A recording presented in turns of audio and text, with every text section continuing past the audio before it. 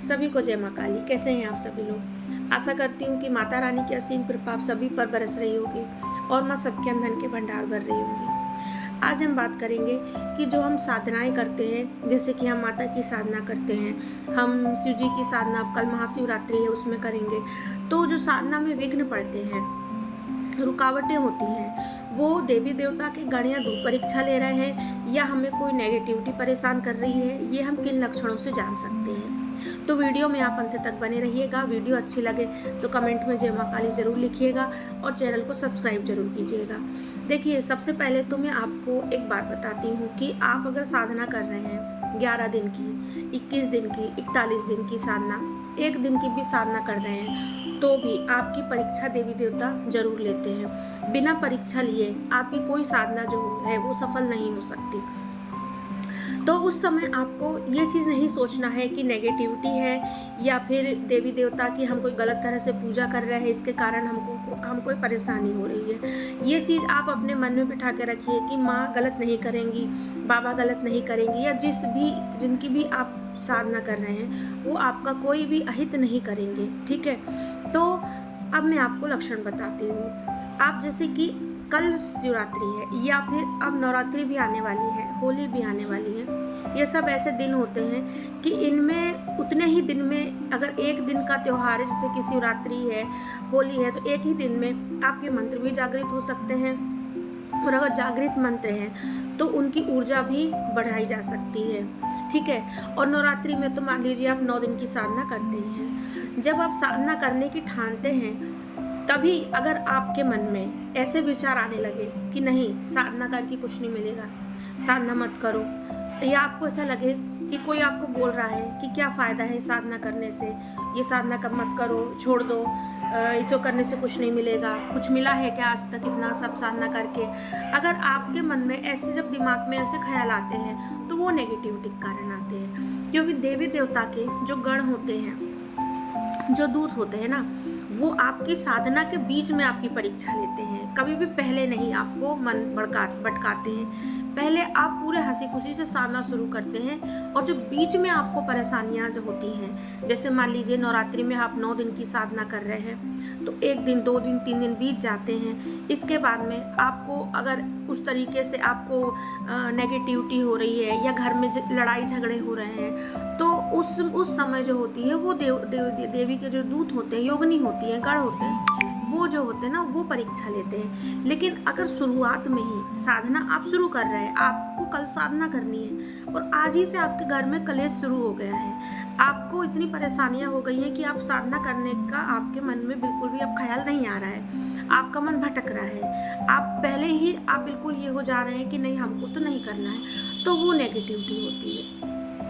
Negativity आपको परेशान करती है। दूसरा लक्षण ये होता है कि आपने साधना शुरू कर दी है। साधना शुरू जब होती है तो इसके बाद जैसे जैसे वो अंत के नज़दीक तक जाती है, तब आपकी हल्की सी तबीयत खराब होना शुरू होती है। आपके हाथ पैर में दर्द होगा, आपके पीठ में, रीढ़ की हड्डी में दर्द होगा, आपके कमर में दर्द होगा, घुटनों में दर्द होगा, सर आपका भारी रहेगा, आपको आँखों में हैवीनेस लगेगी, आपको लगेगा कि आँखें भारी हैं। तो ये आपके जो देवी के गण हैं वो आपकी परीक्षा लेते हैं, या देवी की योगिनियाँ माता की आपकी परीक्षा लेती हैं, देवी देवता की।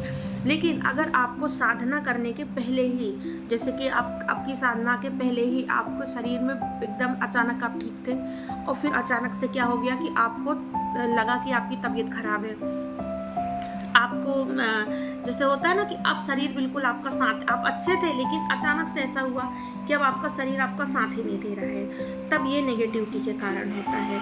क्योंकि कोई भी साधना जब आप शुरू करते हैं तो उसके कुछ दिन के बाद में ही आपका मंत्रों की और संकल्प की ऊर्जा, जैसे मंत्रों की ऊर्जा होती है वैसे ही संकल्पों की भी ऊर्जा होती है। तो जो आप संकल्प लेते हैं तो उसकी ऊर्जा से क्या होता है कि आपका शरीर है, मंत्र की ऊर्जा से आपका शरीर दर्द होता है, आपको शरीर में, आपकी बॉडी में कुछ चेंज लगते हैं। लेकिन अगर स्टार्टिंग में ही होता है ऐसा कि आपने आजकल शुरू करनी है और आपकी तुरंत तबीयत खराब हो गई है, तो ये क्या होता है, ये नेगेटिविटी के कारण होता है। तीसरी चीज़ ये है कि साधना के समय अगर आप मान लीजिए कि पूरी साधना कर रहे हैं, साधना के समय कभी कभी आपको ये भी होता है कि ये देखिए, ये दोनों में होता है। ये नेगेटिविटी अगर होगी ना तो बार बार आपके साथ आपका ब्रह्मचर्य खंडित होगा। लेकिन अगर कभी कभी योगिनी माँ की जो होती हैं उनके कारण भी होता है कि ब्रह्मचर्य खंडित होता है। तो वो इस तरीके से होता है कि वो आपको लगता है लेकिन होता नहीं है ऐसा। तो वो आपको एहसास दिलाती है कि आपके अंदर अपराध बोध हो रहा है, या आपको लग रहा है कि नहीं मेरी तो साधना ही खंडित हो गई है, और फिर ऐसा आप सोच करके साधना बीच में से छोड़ देते हैं। तो इसके कारण वो ऐसा करती हैं। लेकिन अगर नेगेटिविटी होगी तो आपका 24 घंटे मन जो है वो यही होगा कि ब्रह्मचर्य, आपके अच्छी चीज़ें नहीं आएंगी दिमाग में, गंदी चीज़ें आएंगी, गंदी चीज़ें देखने का, गंदी चीज़ें सोचने का। कहते हैं ना, ब्रह्मचर्य जो होता है वो शरीर और तन मन दोनों से ही होता है। तो आपका इस तरीके से होगा। लेकिन अगर साधना में आपके साथ में माता है, माता की योगिनी है, शक्ति है, तो वो क्या करेंगे कि वो ऐसे 1-2 बार आपको ऐसा लगेगा, पर आपको पूरा समय साधना के बीच में पूरे जितने दिन आप साधना कर रहे हैं उतने दिन आपको ऐसा नहीं लगेगा कि आपका मन जो है वो इधर उधर है।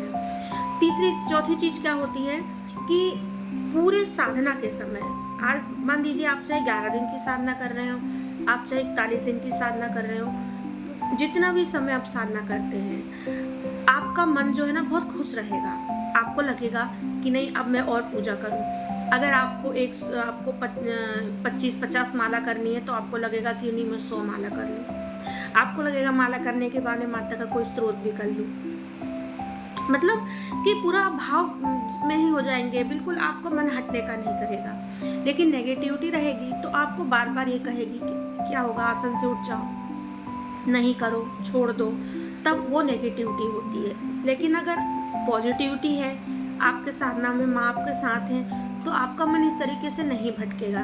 पूरी साधना में, पूरे साधना काल में अगर आपके साथ डेली ये हो रहा है कि डेली आपका मन पूजा करने का नहीं कर रहा है, तब ये जान लीजिए कि आपके घर में या आपके बॉडी में नेगेटिविटी है। अच्छा, और भी बहुत सी चीज़ें होती हैं, जैसे कि बिना मतलब में आपको क्रोध आना। बिना मतलब में क्रोध तो आपको योगिनियों के कारण, माँ की जो सेविकाएं होती हैं, माँ के साथ जो होती है उनके कारण भी होता है।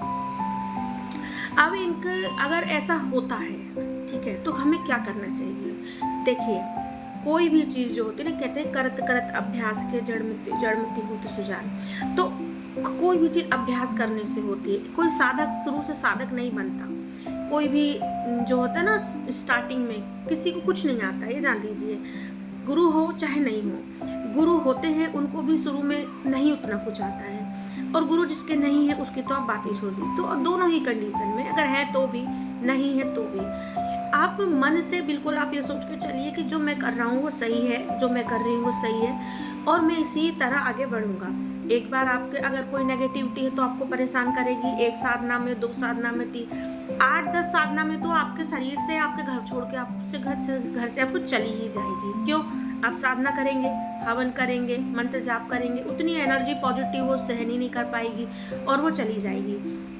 और अगर आपने ये सोच लिए कि ये हम कर रहे हैं, इसके कारण से ये सब हो रहा है, और आपने फिर 1 साधना करे इसके बाद में नहीं किए, तो और घर में उथल पुथल होगी। इसीलिए जब आप साधना करना शुरू कर रहे हैं और अगर ऐसी चीज़ें हो रही हैं आपको, जो मैंने शुरू में बताई हूँ, तो आप अगर आपको ये लग रहा है कि नहीं घर में नेगेटिविटी है, कभी कभी कुछ चीज़ें ऐसी भी होती हैं, जैसे साधना काल में आपका दरवाज़ा बजेगा, आपको घर में आवाज़ें आएंगी कुछ, या परछाई दिखेगी, बिल्कुल डरने की बात नहीं है। आप बस सुरक्षा घेरा करके साधना कीजिए, अपना सुरक्षा घेरा बनाइए और साधना करते जाइए। कोई भी नेगेटिव नकारात्मकता ऐसी नहीं होती कि जो पॉजिटिविटी के आगे, सकारात्मकता देवी देवता के सामने टिक सके।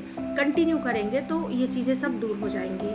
तो ये आज छोटी सी जानकारी थी। अगर आपको साधना से जुड़ी कोई भी समस्या या कोई भी जानकारी चाहिए तो आप मुझे कमेंट में लिखिएगा, मैं आपको उससे संबंधित वीडियो बनाऊंगी। तो कमेंट में जय माँ काली जरूर लिखिएगा। जय माँ काली।